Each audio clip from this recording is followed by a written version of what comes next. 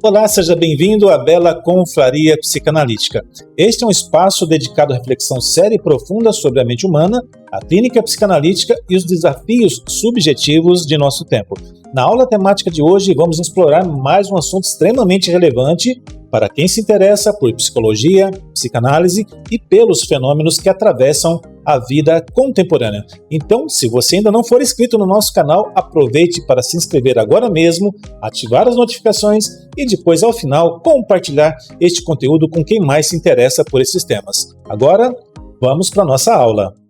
E o tema desta aula é a psicologia das massas e análise do eu, com base na obra de Freud com o mesmo nome, analisando todo o fenômeno que ocorre quando as pessoas se reúnem em torno de um ideal, em torno de uma ideia, em torno de pressupostos ideológicos, políticos, filosóficos, entre outros.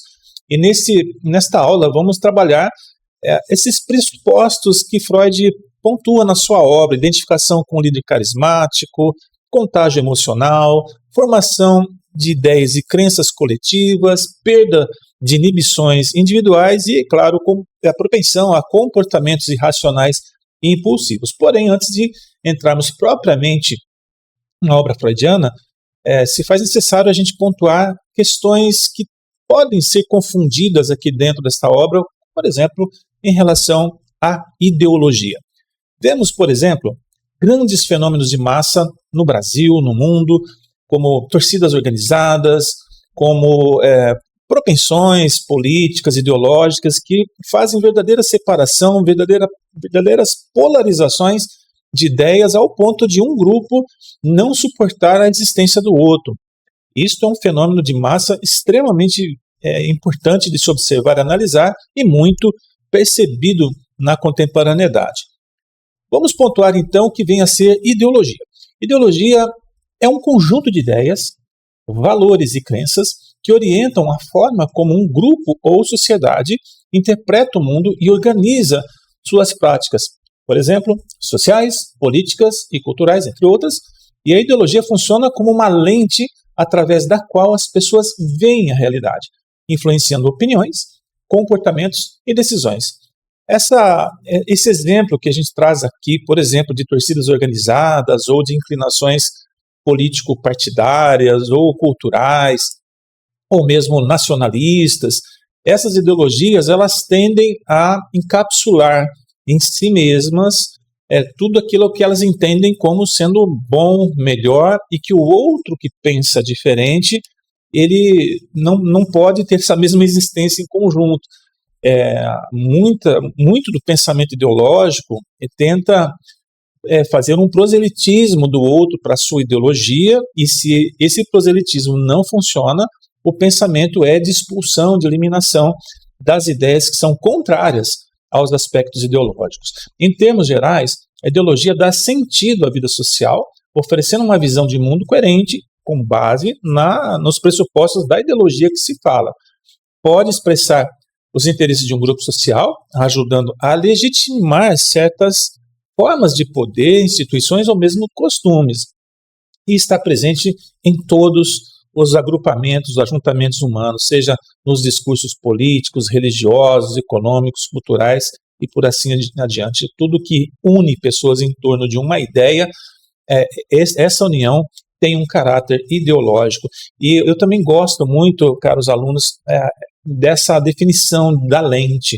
É como se colocássemos um óculos e através deste óculos, agora eu passo a ver as coisas de forma diferente. Aí eu tiro aquele óculos, coloco um outro, ou seja, assumi uma nova ideologia e nós perguntamos onde está o pensamento, a inclinação que é própria do sujeito, porque parece que ele está sempre comprando ideias já prontas para incorporar a sua própria identidade. Fazendo, por exemplo, uma síntese psicanalítica de alguns autores. Origem, no conceito origem da ideologia, para Freud, formações inconscientes coletivas, para Jacques Lacan, discurso do outro, linguagem e lei, para Althusser, aparelhos ideológicos que interpelam, para Zizek, mecanismos de gozo e fantasia. Então, para esses autores, ali está a formação ideológica, né? Sejam por questões inconscientes, então aquela ideia, aquela ideologia cabe, ela se encaixa no meu desejo. Para Lacan, a pessoa se encontra no discurso da linguagem, né, na linguagem do outro. Para Althusser, os aparelhos ideológicos interpelam o sujeito, e para Zizek, o prazer, né, o quanto a ideologia entrega o prazer para a pessoa. Na questão da função, para Freud, organiza desejos e identificações. Para Lacan, estrutura o sujeito pelo simbólico. Para Althusser, molda o sujeito socialmente. Isso a gente vê muito facilmente, como as pessoas são moldadas pelo sistema ideológico. Para Zizek, sustenta o prazer em acreditar. Portanto, a ideologia, ela assume uma forma de crença para esse autor. E o efeito negativo? Para Freud, repressão e alienação, já que eu vou produzir repressão para quem pensa diferente de mim, e eu também posso sofrer repressão se eu começar a questionar os pressupostos ideológicos a qual eu estou fazendo parte. E por isso vem a alienação. Lacan, sujeito ao discurso do outro, sujeição, né? Aliás, ao discurso do outro. Então, o outro é quem pauta a minha ideia, meu comportamento, a minha atitude, a minha própria vida. Para Althusser, repetição do sistema, ou uma repetição que não faz autocrítica. A gente vê muito isso nos sistemas ideológicos. Eles criticam muito quem pensa diferente, quem tem outras ideias, mas eles evitam, não conseguem fazer a autocrítica do seu próprio sistema. Para Zizek, o gozo cego, quem pede o pensamento criativo, ou seja, não cabe espaço para a criatividade, porque normalmente os sistemas ideológicos são dogmáticos. E quais são os aspectos possíveis, aspectos negativos da ideologia em geral? Manipulação da consciência, porque pode distorcer a realidade para manter o poder de certos grupos. Nos sistemas ideológicos, com certeza, sempre há um grupo ou uma pessoa, uma instituição que detém o poder e que, quando necessário, se for o caso de fazer algum tipo de revisão, normalmente é para fazer a manutenção do próprio poder. Naturalização das desigualdades faz parecer normal o que é produto de dominação, como injustiças sociais e econômicas. Muito fácil de observar isso também na sociedade contemporânea. Resistência a mudanças, ou resistência à mudança, ideologias rígidas impedem o pensamento crítico e a transformação social, como já pontuamos. Polarização e intolerância, isso nós vemos na sociedade de forma escancarada, quando adotada de forma dogmática, pode gerar divisão, fanatismo e conflito entre grupos. É só observar, por exemplo, as questões das torcidas organizadas, como a gente colocou aqui no começo desta aula, na polarização política, na questão nacionalista e por aí vai. Submissão simbólica leva as pessoas a reproduzirem valores e comportamentos sem perceber que estão sendo influenciadas. Normalmente a pessoa que está imersa no sistema ideológico, ela não percebe que ela está dominada e fortemente influenciada, quando não muito manipulada pelo sistema, e ela acredita ser livre dentro do próprio sistema ideológico. Olhando agora para esta obra de Freud, né, escrita em 1921, Psicologia das Massas e Análise do Eu, fica aqui a recomendação da leitura. Ela foi escrita há poucos anos, portanto, após o término da Primeira Guerra Mundial, um período de intensa crise social, política, psíquica, um desencantamento generalizado com a sociedade, com o mundo, especialmente no continente europeu. E a Europa vivia, portanto, colapso de impérios, seja o Império Austro-Húngaro, o Império Alemão, entre outros. Vimos também movimentos de massa, como revoluções, nacionalismos, totalitarismos emergentes, presentes até hoje na sociedade, e uma sensação coletiva de desorientação e perda de sentido, até porque a Europa, um tempo antes do início da Primeira Guerra Mundial, vivia uma época de encantamento, de prosperidade, e, dado as rusgas entre os impérios, entre os países, os seus desencontros, os seus interesses geopolíticos, desencadeou uma guerra que vitimou milhões de pessoas e produziu toda essa desorientação e perda de sentido. Freud, observando essas transformações, pergunta-se como o indivíduo que é sujeito do inconsciente se comporta dentro do grupo onde parece perder a sua autonomia. Porque olhando aquele movimento de guerra, aquele movimento dos nacionalismos, revoluções, totalitarismos, vem a questionar como assim as pessoas elas se entregam a esses sistemas, ainda que lhes custe a própria vida. Essa questão o leva a investigar, portanto, a psicologia das massas. Fenômeno que, sim, outros autores já haviam estudado anteriormente, como Gustave Le Bon, né, que é autor dessa obra do final do século XIX, Psicologia das Multidões, mas Freud faz agora uma interpretação à luz da psicanálise, portanto, ele vai lidar com o sujeito inconsciente, com o desejo, com as inclinações, com os recalques, por assim, ele vai desenvolvendo, então, esta obra que é brilhante, muito estudada até os dias de hoje. E Freud afirma que a psicologia individual é, ao mesmo tempo, uma psicologia social. Isto é também uma conclusão brilhante de Freud, até porque Lacan depois vai nos dizer que nós constituímos o nosso eu, o nosso ego, no desejo do outro, com base na minha relação, com base no simbólico. Isto é, o sujeito ele não existe isolado, ele não está isolado. Toda a constituição psíquica é mediada por identificações e investimentos libidinais em outros. Isso faz parte da natureza humana, já que o ser humano ele é gregário, ele vive em sociedade, ele vai construindo a sua própria identidade na relação com o outro. Então, Freud explica o funcionamento das massas ditas organizadas, por exemplo, como igreja, exército, movimentos políticos e tantos outros, né, grupos aqui ou acolá, que têm os seus ideais ou ideologias bem definidos, e esses grupos se estruturam por uma mesma lógica. Nós temos um líder que ocupa o lugar do ideal de eu de cada membro, ou seja, aquele líder que representa os anseios do grupo, que representa o desejo do grupo, aquele líder que faz o que o grupo quer para si. Os indivíduos identificam-se entre si por meio desse ideal comum. Se alguém não se identifica, ele é expulso daquele sistema ideológico. Há uma renúncia à autonomia e à crítica em troca de pertencimento e amor. Então, para poder pertencer, para não se sentir isolado e à parte da sociedade, o sujeito tende a se incorporar a algum grupo, se incorporar a algum tipo de organização que tenha os seus ideais, então ele vai seguir aqueles ideais para se sentir pertencente, é como se fosse uma espécie de família ampliada da qual ele precisa, ou pelo menos ele tem a percepção de que precisa participar daquele grupo. Assim, Freud mostra que a obediência cega, a fé em líderes ou ideologias e o comportamento coletivo não são apenas fenômenos sociológicos, mas estruturas psíquicas. Isso também é fácil de observar, porque mesmo dentro de um sistema que tem falhas, líderes que têm falhas, líderes que agem muitas vezes contra a lei, contra a ética, contra a moral, ainda assim os súditos, adeptos daquele movimento de massa defendem, não acreditam, então procuram não levar aquilo em alta conta, porque não é só uma questão de razão, é uma questão de identificação, é uma questão psíquica, é uma questão emocional e também uma questão afetiva, do tipo que o meu líder ele tem margem de erro, ele pode até errar em coisas que eu acuso no outro, a mesma falha que um líder do meu sistema ideológico ela pode estar no líder de um outro sistema ideológico, só que eu critico ferozmente o outro e defendo o meu,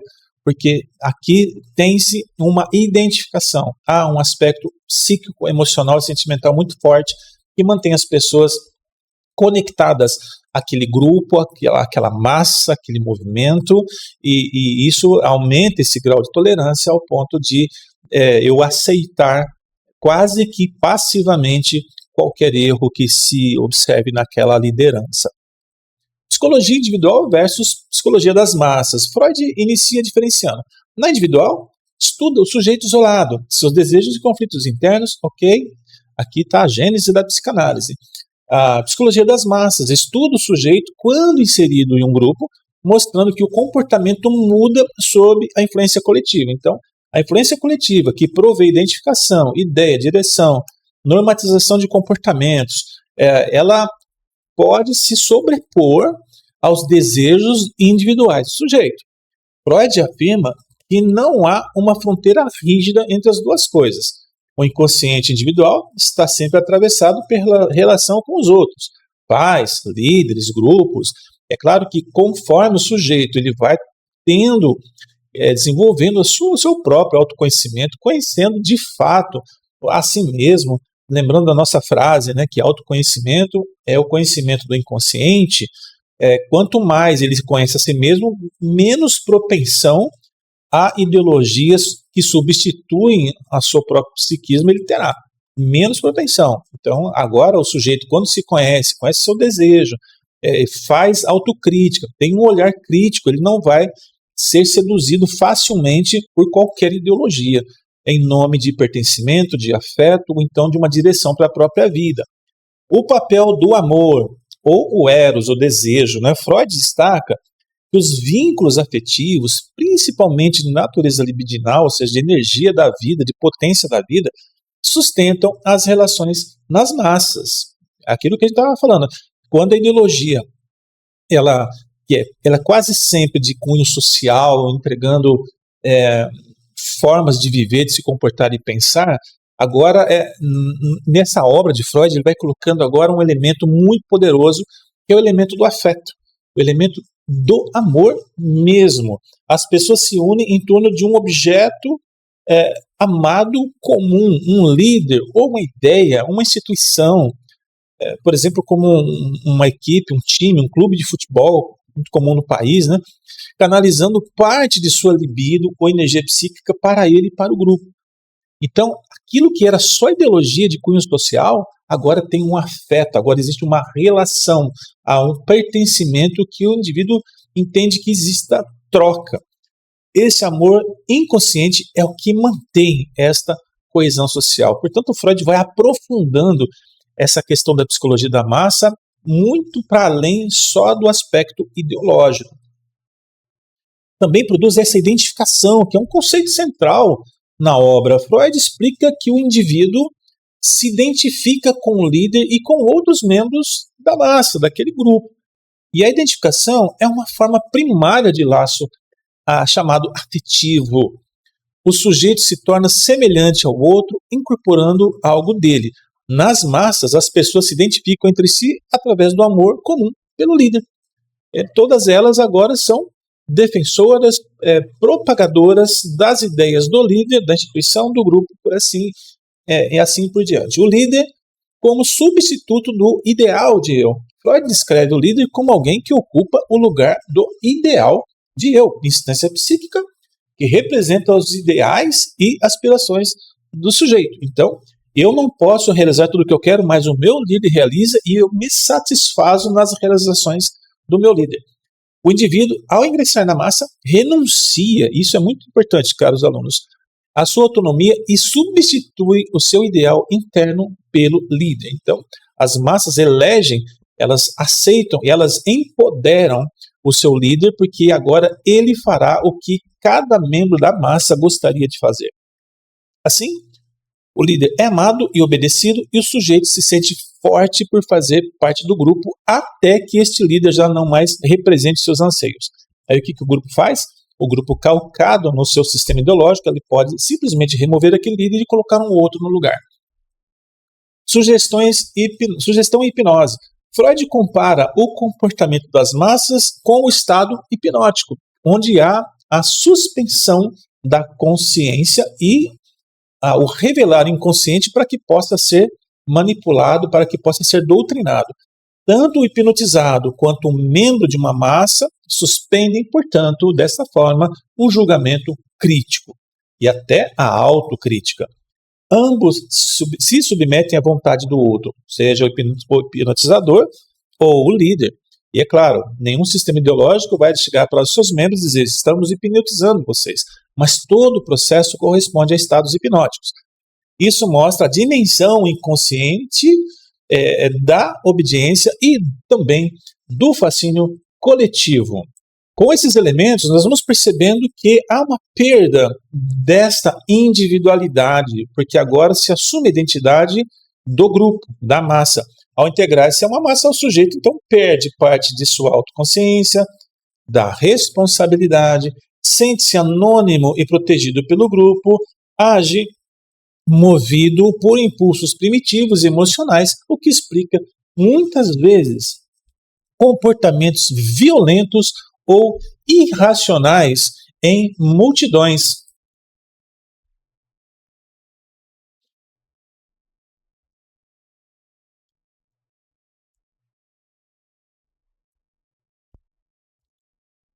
Fato esse muito fácil de se observar. Pessoas que pertencem, por exemplo, a uma torcida organizada de uma equipe esportiva e talvez aquela pessoa ali, um trabalhador, trabalhadora, bom pai, boa mãe, pessoa honesta na sociedade, cumpre seus objetivos, sustenta lares, educa filhos, mas quando ele vai participar daquele movimento de massa e vai brigar com a torcida adversária, quer eliminar, joga coisas, ofende, profere ofensas terríveis, ou seja, movimentos violentos, irracionais, que a pessoa não faria talvez fora daquela massa, mas movido por aquela catarse coletiva, por aquele movimento, pela identificação, agora ele também adquire para si aquelas características que se espera daquela massa. Então, Freud também vai trabalhar a questão desta ambivalência afetiva. Mesmo nas relações de amor, Freud explica uma ambivalência. O amor e o ódio coexistem. Lembrando que eles não são emoções ou sentimentos opostos. Amor e ódio não são opostos, são formatações diferentes dos afetos. O oposto do afeto é o não afeto. Então, o oposto do amor, o oposto do ódio, talvez a apatia ou talvez o não afeto. Isso também se mantém nas massas. O líder amado pode ser odiado se a idealização, se o afeto for corrompido, for rompido, ou passar por fortes decepções e frustrações. O que dissemos anteriormente, a massa segue aquele líder enquanto ele representa os anseios inconscientes da massa, e o líder, se souber manipular, ele vai até doutrinando o desejo e os anseios da massa, mas se ele rompe muito fortemente com aquilo que são pressupostos da ideologia da massa, do afeto da massa, aí sim ele pode ser odiado e pode ser assim sumariamente substituído. As massas não se unem apenas por interesses racionais ou ideológicos, mas por laços emocionais inconscientes, como já explicamos.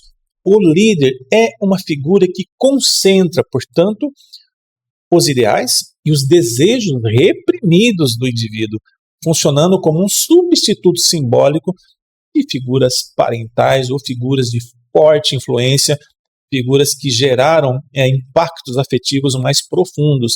Então, o líder, nessa substituição de ideal, ele está ali para cumprir os anseios de um povo, de um grupo.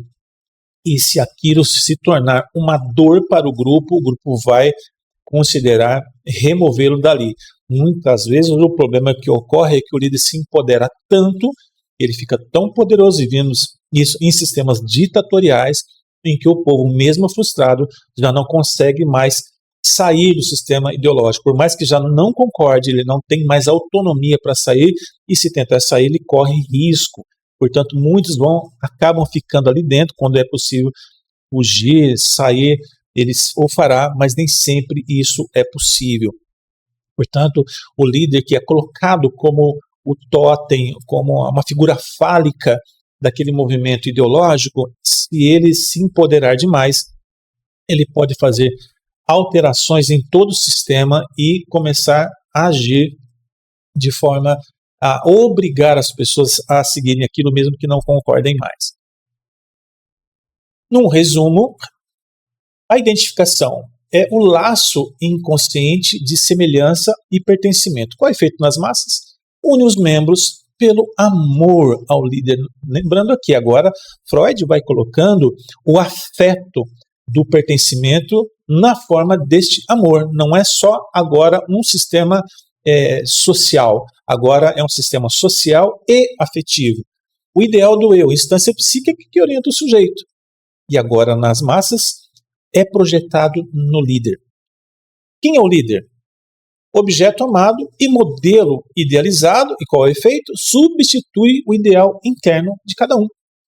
E o laço libidinal? É uma energia afetiva que liga o grupo. O grupo é ligado pelo desejo, pelo amor, pelo afeto, na ideologia também pelos aspectos sociais. O efeito nas massas traz uma base emocional para a coesão. E as coesões feitas com laços emocionais, elas tendem a ser muito mais profundas. Hipnose e sugestão, estado de submissão afetiva nas massas, suprime o pensamento crítico.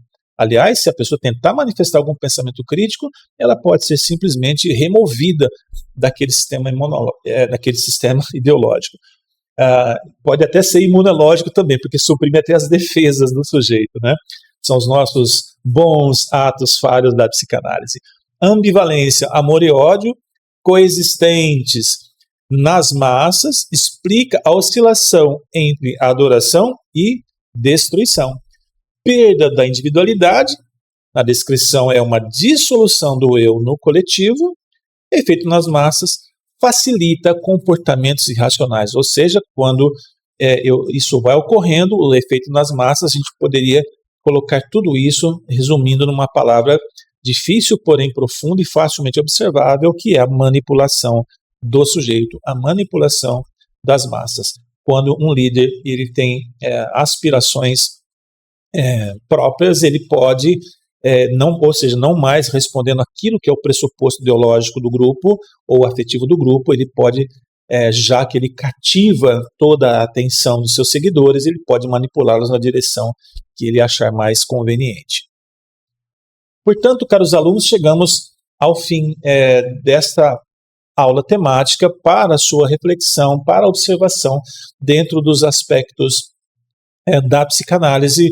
A construção da identidade da pessoa passa, sim, pela influência do grupo, pelas influências dos círculos sociais, e o sujeito é convidado a fazer autocrítica, a conhecer o seu próprio desejo, para que ele não caia nas armadilhas de sistemas ideológicos que podem levá-lo a ações, a pensamentos, a uma vida longe daquilo que efetivamente ele entende como pressupostos importantes para a sua própria vida.